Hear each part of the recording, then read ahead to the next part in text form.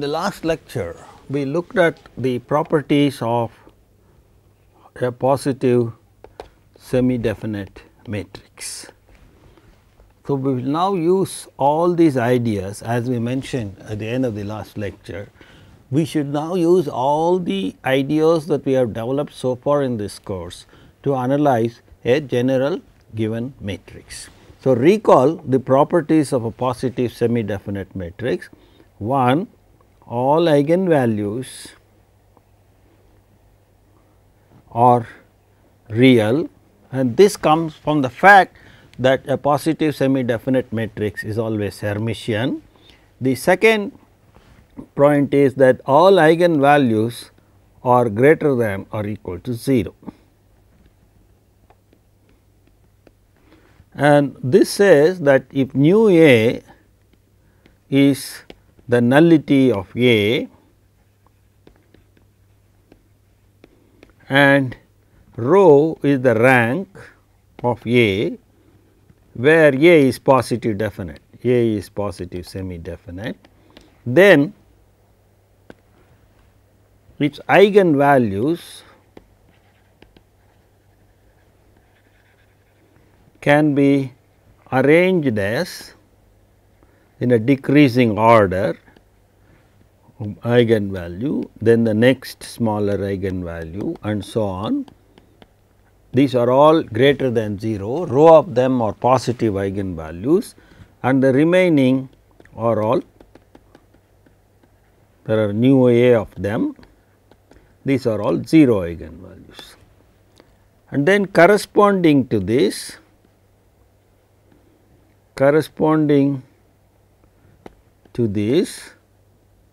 we have orthonormal eigenvectors.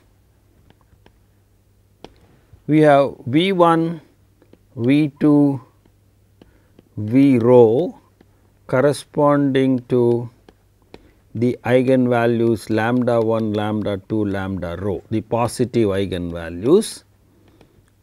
So, we have the rho orthonormal eigenvectors corresponding to the positive eigenvalues and then phi 1, phi 2, phi nu A corresponding to the eigenvalue 0.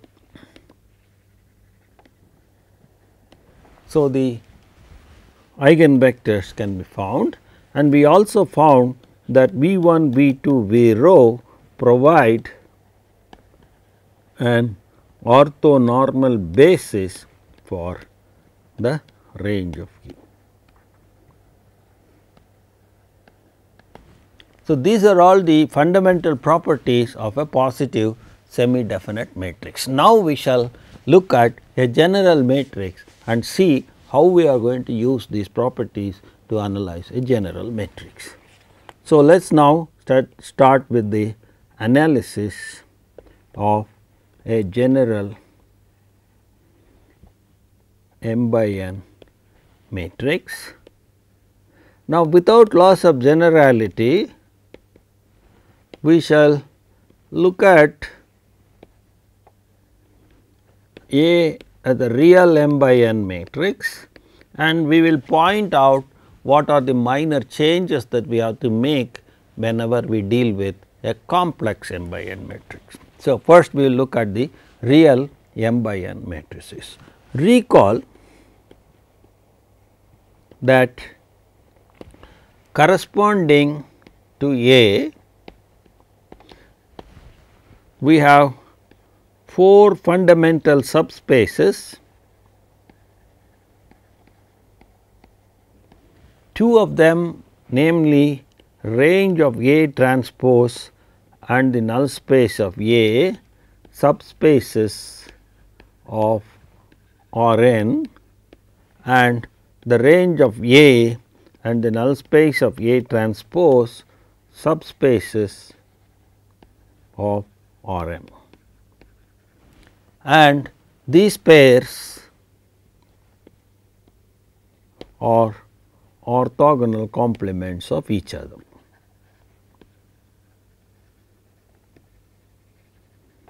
Orthogonal complements of each other. What this means is we have the space R n, A maps vectors n component vectors to m component vectors, and A transpose takes m component vectors to n component vectors, and this space is, in this space we have these two orthogonal complements. This is the range of A transpose, this is the null space of A. On this side we have the two orthogonal complements, the range of A and the null space of A. The fundamental problem is choosing suitable basis for this. Notice that the dimension of this is the dimension of the null space of dimension of the range of A transpose, which is the rank of A transpose, which is the same as the rank. We will denote the rank of the matrix by rho. Similarly, the dimension here is the nullity, here the dimension is again the rank, here the dimension is the dimension nullity of A transpose. So, these are all the dimensions of these 4 spaces. The 2 spaces, the range A transpose and the range A, are the same dimension, namely the rank of the matrix. Null space of A dimension nu A, the null space of A transpose is the nullity of nu A transpose. So, the basic problem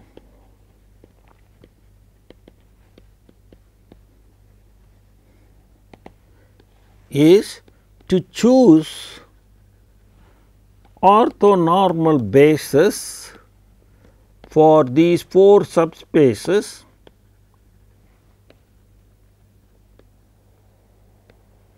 in a suitable manner, which makes the analysis of the matrix A easy. We shall see the meanings of the word suitable, easy, etc., as we go along. This is the fundamental problem. The fundamental problem is to choose the subspaces, these 4 fundamental subspaces, we have got them. So, we have split the 2 vector spaces R n and R m into 2 parts each. Now, in each part we are going to do the sampling, namely get the basis. When we get the basis, we want it always to be orthonormal. So, the computations become easy, and we want to choose these bases in such a way that it makes our computations and analysis easy. So, it is for this purpose of choosing the suitable basis of suitable basis choosing, we use the ideas of positive semi-definite matrices. How do we do this?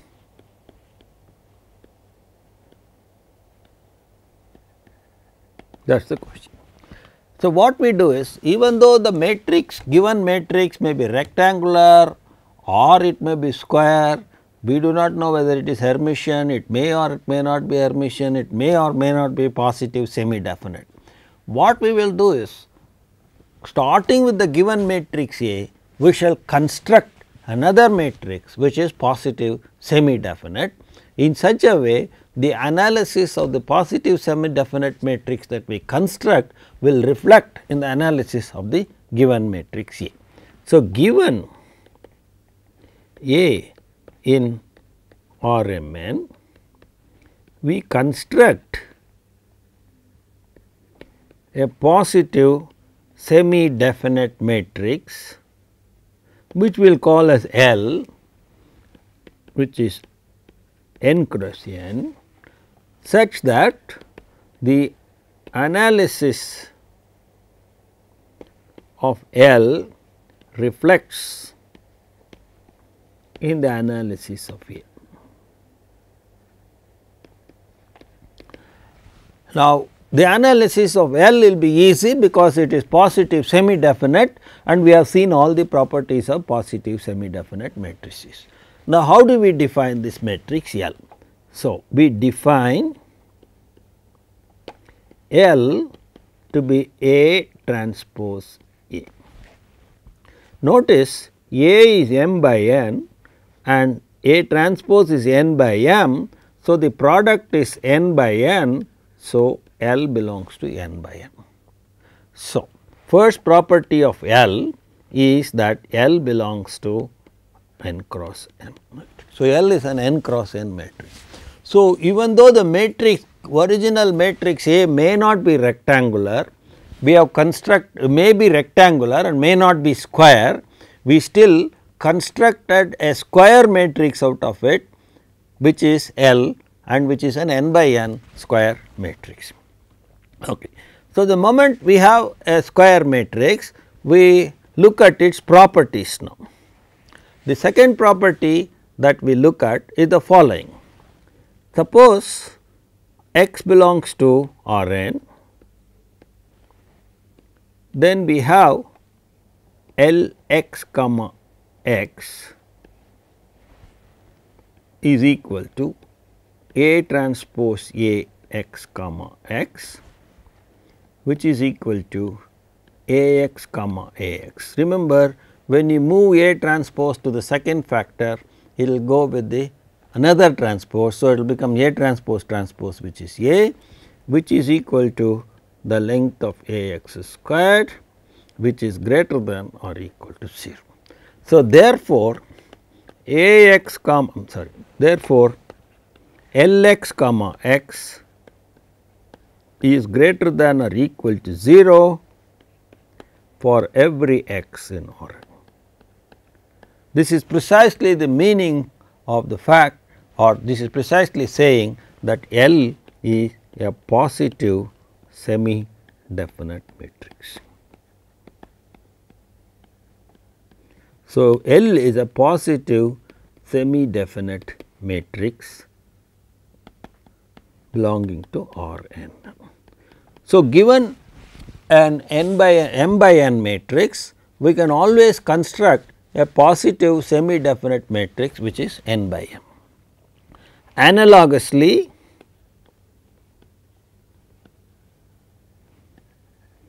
we can define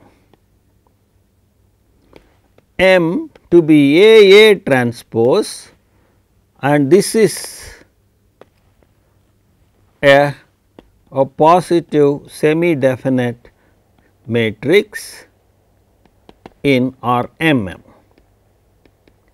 So, given the rectangular m by n matrix, we have constructed two positive semi definite matrices. One of them is n by n, the other one is m by m. We shall study the properties of L, analogously we will get the properties of m. Now, given L, what does it do? This is now we have constructed this L. Now, take this matrix L. What does this do? It is an n by n matrix. So, it maps, it takes R n vectors to R n vectors. Now, what is L transpose? Since it is positive definite, we make sure that it is symmetric, and by very definition we see that L transpose is equal to L, and therefore, L is symmetric, real symmetry. Okay. So, L transpose is L. So, it is a symmetric matrix. So, L transpose also maps R n to R n. Okay. So, the reverse map R n to R n, L transpose is the same as L. So, that we do not get anything new. Now, corresponding to L, we must have a decomposition of R n. Remember that the moment we have a matrix, we have these subspaces. What are the subspaces for L? The subspaces of L are 1 range of L, null space of L, then we have to say range of L transpose, but L transpose is L. So, that is the same as this. So, nothing new. Similarly, L transpose is L, therefore, null space of L transpose is the same as null space of L. So, there are two basic subspaces of R n, namely the range of L and the null space of L. So, these are the two subspaces we get. Actually, I will write R L transpose which is equal to R L. We know that the null space of any matrix is orthogonal complement of the range of L the transpose, but in this case the transpose is the original matrix. Therefore, the null space of L is the orthogonal complement of the null space of M. Similarly, we get for the matrix M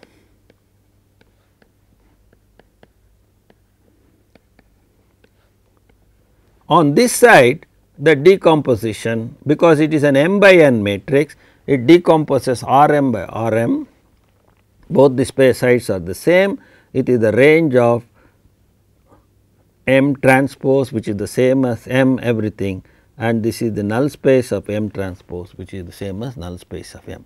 So, we have one decomposition of R n given by L and one decomposition of R m given by M. So, now if you look at R n and R m, we have the decomposition on this side given by the range of L and the null space of L, and the decomposition into orthogonal complements on this side given by range of M and the null space of M. On the other hand, A also gives a decomposition. On the other hand, we have R n and R m, we have the decomposition given by A which is range of A transpose and null space of A on this side and range of A and null space of A transpose on this side. Now, let us look at these two pairs of decomposition and focus on R n first. On the R n side, we have one decomposition given by L, namely R L and N L, also another decomposition given by A, namely R A transpose and N A. So, for R n, we have two orthogonal complement decompositions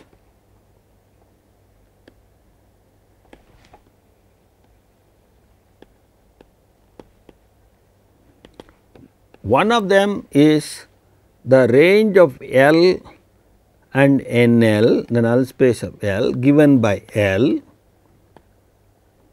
and the other is the range of A transpose and the null space of A given by A. So, we have these two decompositions of the same space, one arising out of the matrix L and the other arising out of the matrix A. But the matrix L is connected with the matrix A because it is defined from the matrix A. Starting from the matrix A, we defined L as A transpose A. So, we expect there must be some connection between these two decompositions. So, is there any connection between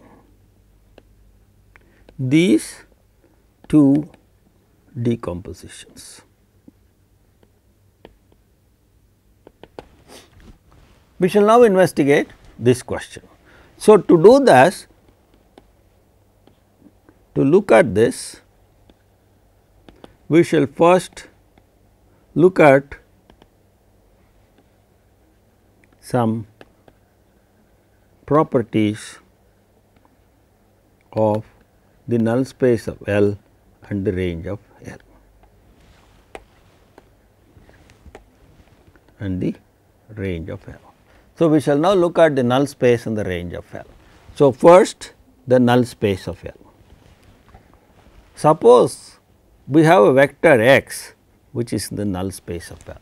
Remember, L is a n by n matrix. So, the null space of L is a part of R n. So, x is in R n. So, x belongs to R n and x belongs to null space of L implies L x, since x is n by n, x is n by 1, L is n by n, L x also belongs to R n, and since it is in the null space, it must be the 0 vector of that space. So, Lx is equal to theta n. If Lx is equal to theta n, that says Lx comma x, the inner product of Lx with x is the same as the inner product of theta n with x, which is 0.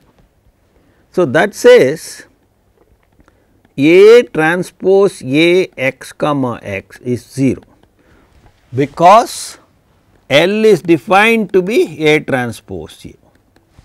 Now, in an inner product, if you move the A's from one side to the other side, it gets added up with a transpose. So, if you move it to the second factor, it becomes A transpose transpose, that is, it becomes Ax is equal to 0. That says the length of Ax squared is 0.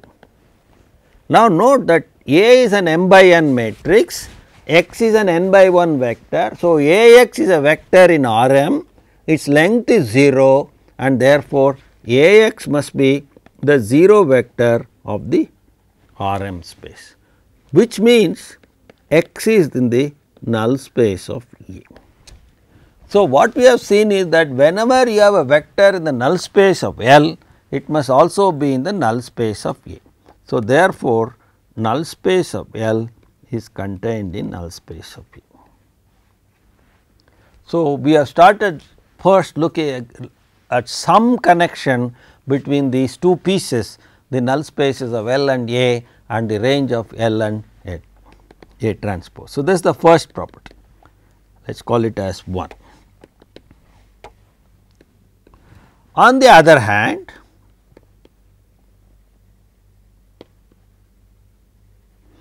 x belongs to null space of A implies Ax, since A is m by n and x is n by 1, that is the 0 vector in the M space.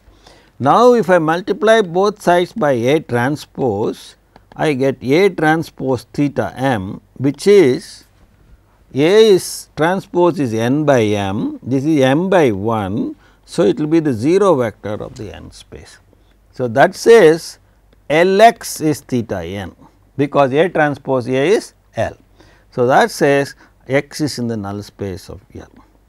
So, consequently, we have the null space of A is part of null space of L, because anything in the null space of A is also in the null space of L. Compare 1 and 2, we get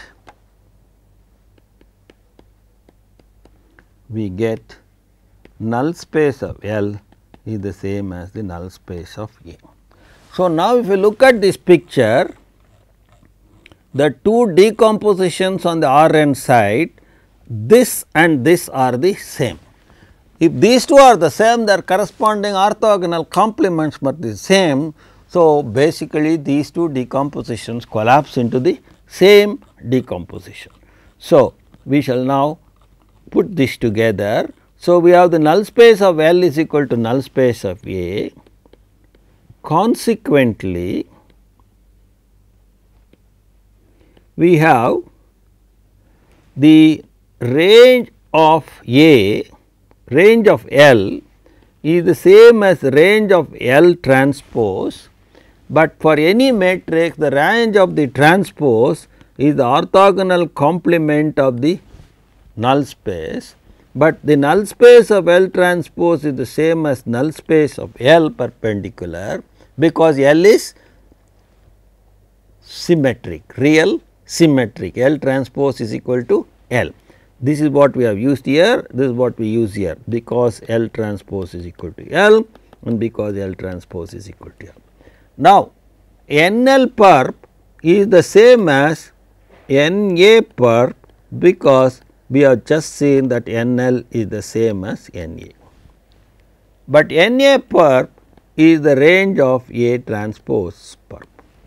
So, therefore, hence we get range of L is the same as range of A transpose perp.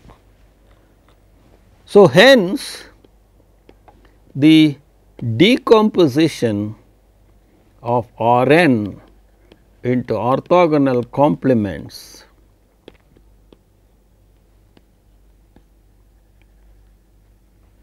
given by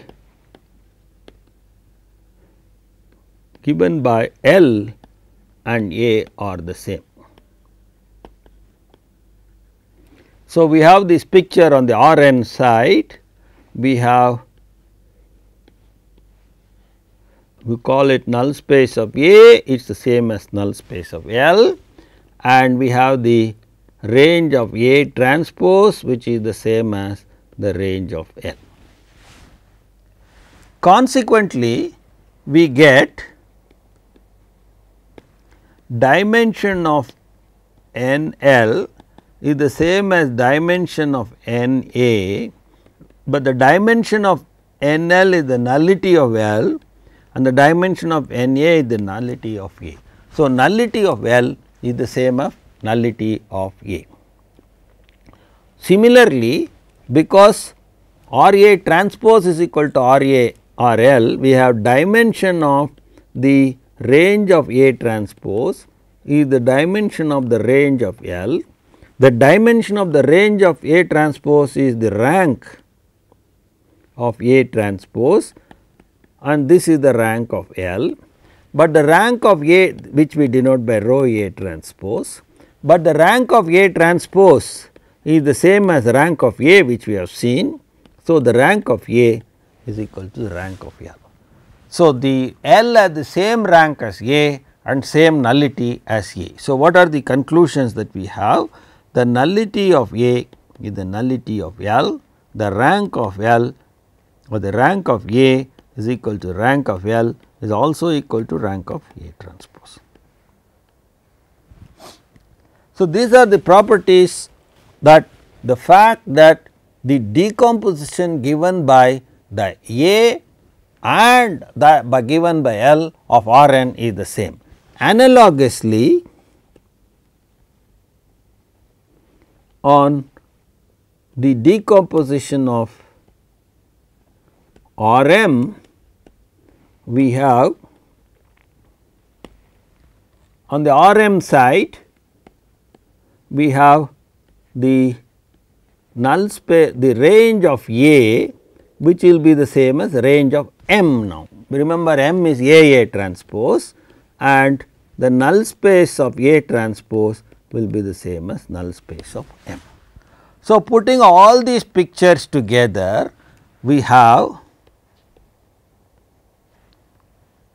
Rn or M, the two spaces, A goes this side, A transpose goes this side, and on the Rn side we have the decomposition range of A transpose, which is the same as range of L, null space of A transpose, which is the same as null space of A, which is the same as null space of L.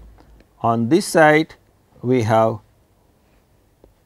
the range of A, which is the same as range of M, and null space of A transpose, which is the same as null space of M. Again, looking at the right hand side, we see that the dimension of the null space of A transpose is the same as the dimension of the null space of M, which gives us the nullity of A transpose is equal to nullity of M. Similarly, if you look at the decomposition of the Rm, we get dimension of range of A is the same as dimension of range of M. This is the rank of A, which is the same as rank of M. So, we have seen that the rank of A is the same as rank of L, which is the same as rank of A transpose. So, we therefore have the following situations. The nullity of A is nullity of L, the nullity of A transpose is equal to the nullity of M, the rank of A is the same as rank of A transpose, is the same of rank of L, the same of rank of M. All these matrices A transpose, L and M share the same rank, whereas the nullities will depend on A and A transpose. L will have the same nullity as A and M will have the same nullity of A transpose. Okay, these are the four fundamental relations. The relation between the subspaces is described in this picture. the range of A transpose is the same as range of L, null space of A is the same as null space of L, the range of A is the same as range of M, the null space of A transpose is the same as null space of M. These give rise to the following relationship between the nullities and the ranks of these various matrices. The important thing to note is that A transpose, L, M all share the same rank. That number associated with the matrix is a very important number. Now, let us see how we are going to exploit to find the basis for the 4 subspaces.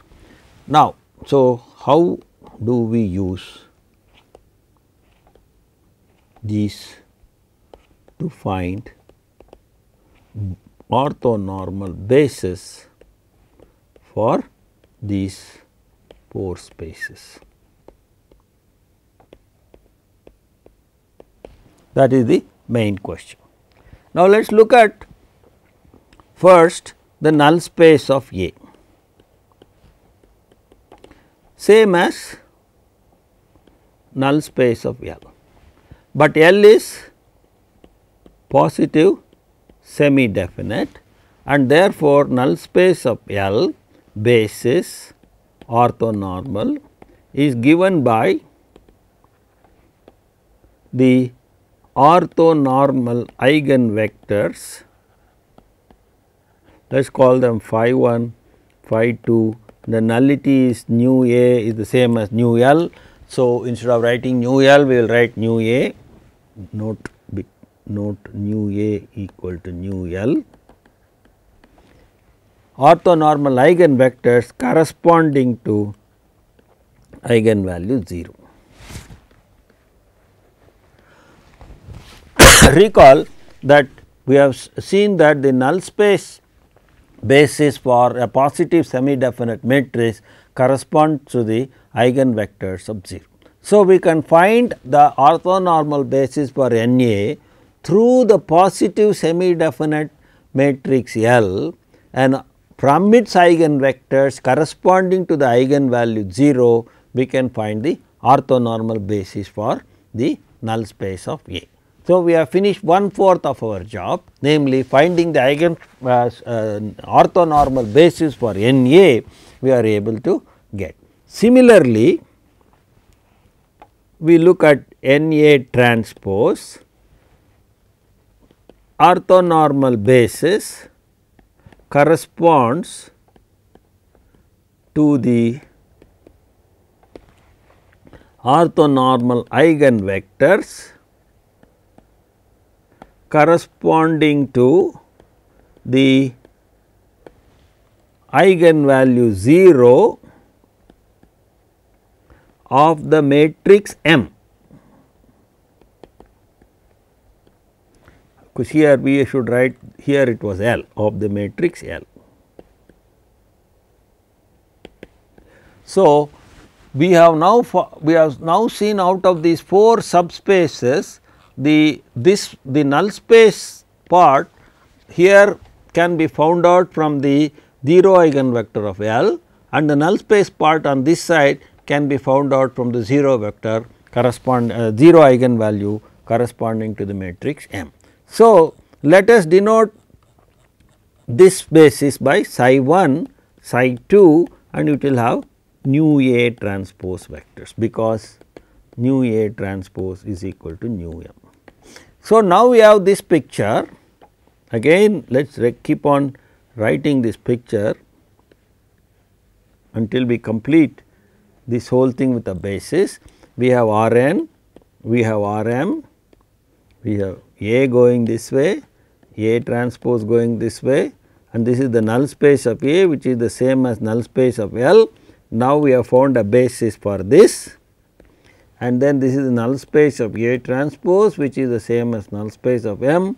We have found a basis for this. So, now our job is to find the basis for these two fellows. This is the range of A transpose, which is the range of L. This is the range of A, which is the range of M. So, these are the two things that we have to find.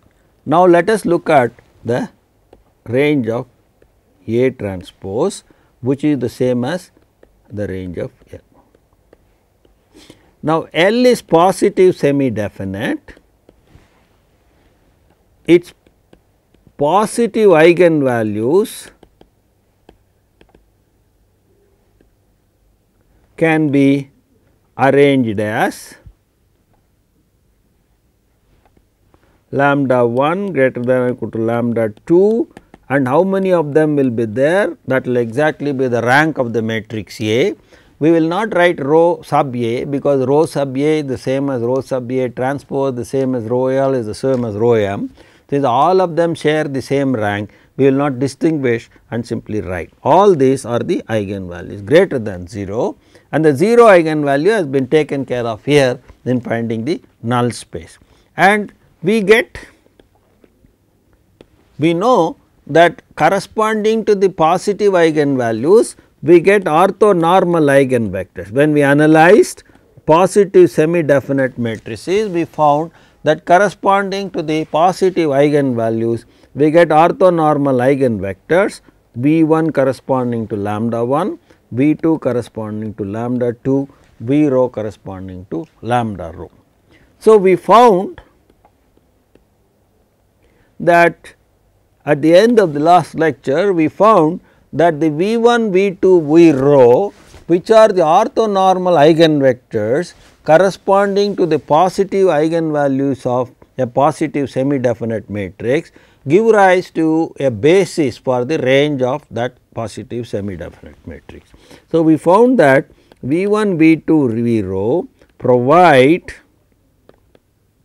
an orthonormal basis for range of L, because L is positive semi definite. But range of L is the same as range of A transpose. So, now we have the better picture, which is progressing well, in the sense that we had Rn, we have Rm, and A goes this way and A transpose goes this way, and we have the range of A transpose, which is the same as the range of L, and we have the null space of A, which is the same as null space of L, and for this we found the basis. This comes from the eigenvalue 0 of L, and now we found the orthonormal basis V 1, V 2, V rho, which come from the positive eigenvalues L and the corresponding orthonormal eigenvectors. And on this side, we had the null space of A transpose, which is the same as null space of M. We found orthonormal basis, which corresponds to the 0 eigenvalue of M, and the eigenvectors, orthonormal eigenvectors corresponding to the 0 eigenvalues of M. Now, the only thing that remains is finding an orthonormal basis for the range of A or the range of M. Now, we will show a clever method of choosing this, in order that this is where the cleverness of choosing the basis comes. We will choose the basis for the range of A in such a way that from then on our analysis becomes easy. Now, how do we choose this basis? So, we have now the last part is to choose an orthonormal basis for range of A, which is the same as range of M. Once we choose that, we have the 4 subspaces, 4 orthogonal subspaces, 2 on one side and 2 on the other side. We have the orthonormal basis for them, and then we shall analyze everything in terms of these orthonormal basis. Okay. Now, we have V 1, V 2, V rho orthonormal basis for range of A transpose, which is the same as range of L, and these are orthonormal eigenvectors corresponding to the positive eigenvalues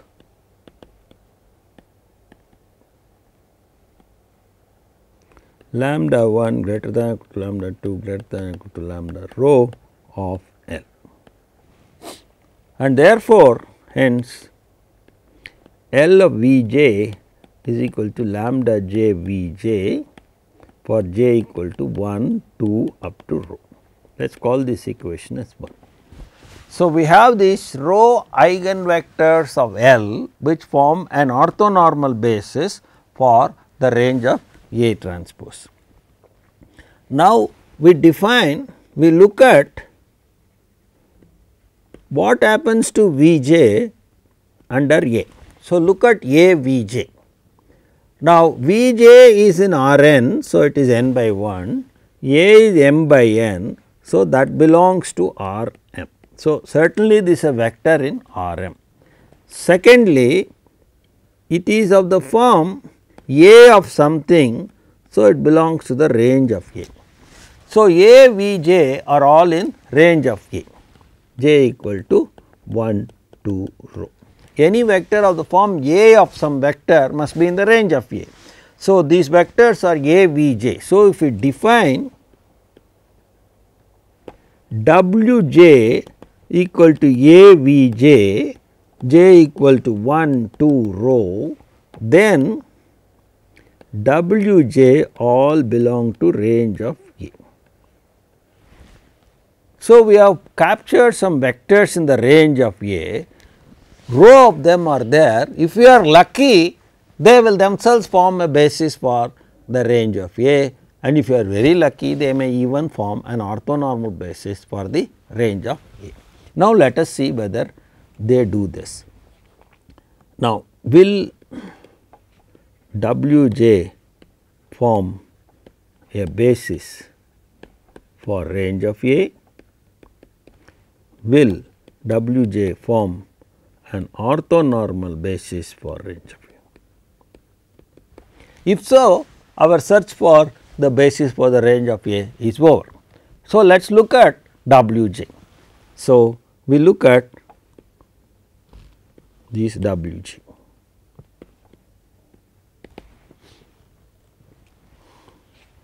We have W j comma W r, the inner product of W j with W r. W j by definition was A V j. W j is A V j. Similarly, W r is A V r. So, therefore, W j W r inner product is the same as A V j A V r inner product. Once again, we observe that in the real matrix case, when we move the matrix from the inner product from one factor to another factor, it goes with a transpose. So, it becomes A transpose A V r. Now, A transpose A by definition is L. So, that is L V r. Now, recall that these V 1, V 2, V r's are eigenvectors corresponding to the positive eigenvalues, and therefore, L V r will be equal to lambda r V r. So, this will be equal to V j lambda r V r. Now, when we pull out a constant lambda r from the second factor of the inner product, everything is real, the eigenvalues are all real because positive semi definite. So, we can pull it out as V j comma V r. So, W j comma W r is the same as lambda r times V j comma V r, but these V 1, V 2, V j are orthonormal, and therefore, V j V r will be equal to 0 if j is not equal to r and 1 if j equal to r. So, therefore, this will be 0 if j is not equal to r, and when j equal to r, V j V r is 1 because every vector has length 1 and multiplied by lambda r. So, it is equal to lambda r if j equal to r. or lambda r or lambda j, whichever way you want to write. So, therefore, this fact says W j and W 1, W 2, W rho are orthogonal to each other. If you take any two of them, they are orthogonal, but they do not have length 1. So, what this says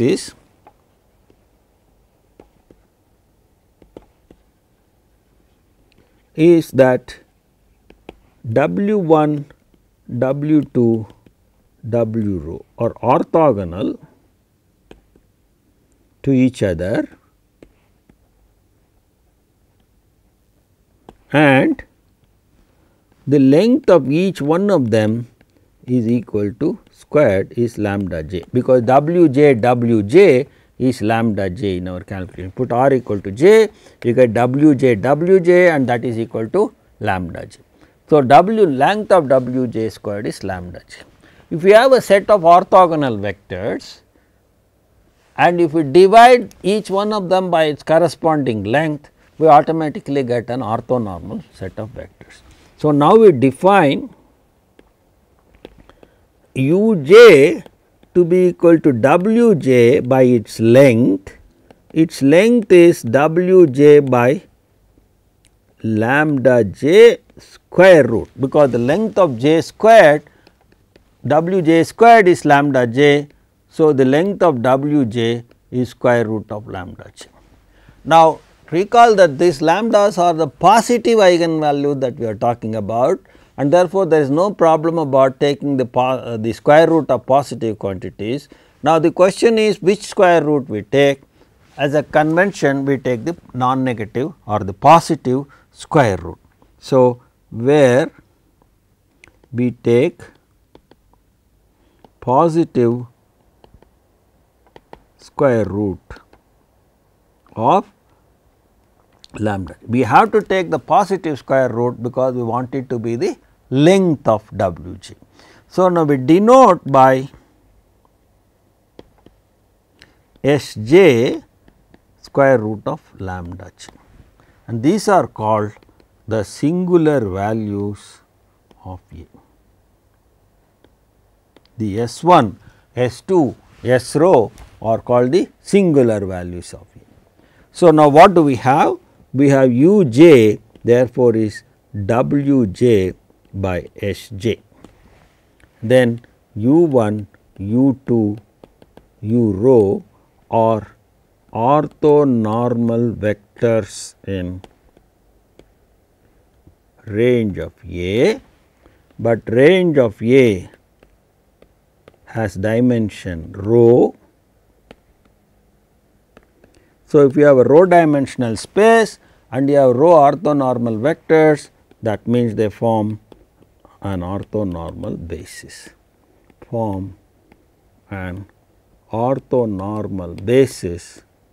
for range of A. So, we also got an orthonormal basis for range of A. Note, we have u j is equal to W j by S j, but W j by definition was A V j, and therefore, we get A V j is equal to S j u g for j equal to 1, 2 rho. On the other hand, we have u j belongs to R m. Therefore, we can take A transpose u j. A transpose u j is the same as A transpose A V j by S j, because u j is A V j by S j. Now, A transpose A is L V j,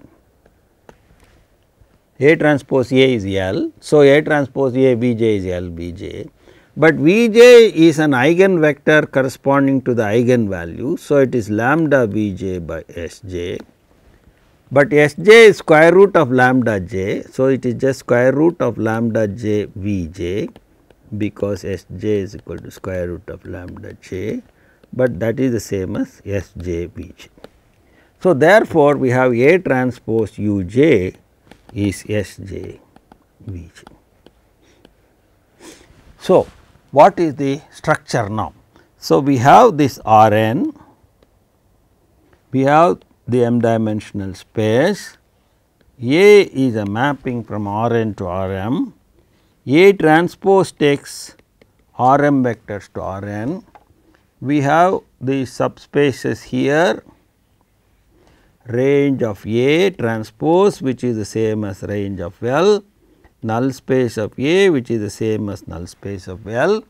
We have the orthonormal basis V 1, V 2, V r o, we have the orthonormal basis phi 1, phi 2, phi nu n. And then we have on this side the range of A which is same as range of M, null space of A transpose which is the same as null space of M. We have the orthonormal basis u 1, u 2, u rho and psi 1, psi 2, psi nu A transpose. And the fundamental relation is that A V j is S j u j and A transpose u j is S j V j. What this means is that the basis vector V 1 here, the basis vector V 1 on this side goes to the same direction as the basis vector u 1 with a scaling factor S 1, because A V j has the scaling factor S j. So, V 1 goes to the u 1 direction with a scaling factor S j, V 2 goes to the u 2 direction with a scaling factor S 2 and V rho goes to the u rho direction with the scaling factor S rho. So, basis directions are matched to basis directions, except that there is a certain dilation taking place in each one of these basis directions. So, V j is put to the u j direction with a scaling S j, V 1 is put to the u 1 direction with a scaling S 1, V 2 is put to the u 2 direction with the scaling S 2 and so on. So, this is for j equal to 1, 2 up to rho. This connection between these. So, now we have constructed a basis for the range of A transpose and the range of A in such a way that the basis directions are connected. That is, the first basis vector goes to the same as the direction of the first basis vector on R m side, second basis vector of range of A transpose go to the same direction as the second basis of the range of A and so on and so forth. So, the basis gets mapped to basis, except there is a scaling factor. So, in order to get the orthonormalization, we had to do this scaling factor. So, thus we have, using the positive definiteness of the matrices L and M we have constructed, we have been able to get the orthonormal basis for these 4 subspaces. Now, all of them come out as the eigenvectors, as the orthonormal eigenvectors corresponding to the positive semi definite matrix L on this side and the positive semi definite matrix on the M on that side. So, all the computations therefore are reduced to the computations of a positive semi definite matrix, and therefore, whether the given matrix is rectangular or square, whether it is, even if it is square, whether it is Hermitian or not, we can always construct a positive definite matrices, semi definite matrices L and M starting from the given matrix A, from which we can construct the orthonormal basis for all the 4 subspaces that we want, and the orthonormal basis for the range of A transpose and the range of A are constructed in such a way they are linked to each other. The moment we know the orthonormal basis V 1, V 2, V rho for the range of A transpose, we can extract the orthonormal basis u 1, u 2, u rho from this relation A V j equal to S j u j. So, thus we have chosen certain basis in a connected manner, and we shall now see how we are going to use all these bases to analyze a given matrix. As a feel for it, the idea is we are trying to solve a system of equation A x equal to b. The vector b lies on the Rm side. Since it lies on the Rm side, that is a known vector, it lies on the Rm side, it can be expanded in terms of the orthonormal basis u1, u2, u rho, psi 1, psi 2, nu A transpose. The unknown vector x we are trying to find out lies on this side, and therefore, it can be expanded in terms of this orthonormal basis v1, v2, v rho, so and phi 1, phi 2. So, we will make that observation. We have v1, v2, v rho, phi 1, phi 2, phi nu A is an orthonormal basis for the space R n, and u1, u2, u rho, psi 1, psi 2, psi nu A transpose is an orthonormal basis for R m, and the fundamental relation is A u j is equal to S j v j, and A v j is equal to S j u j, and A transpose u j is equal to S j v j for 1 less than or equal to j less than or equal to rho. S j is equal to square root of lambda j, the lambda 1, lambda 2, lambda rho are the positive eigenvalues of L. Now, we shall see how we use these 4 bases to analyze a given general matrix, and this analysis will begin in the next lecture.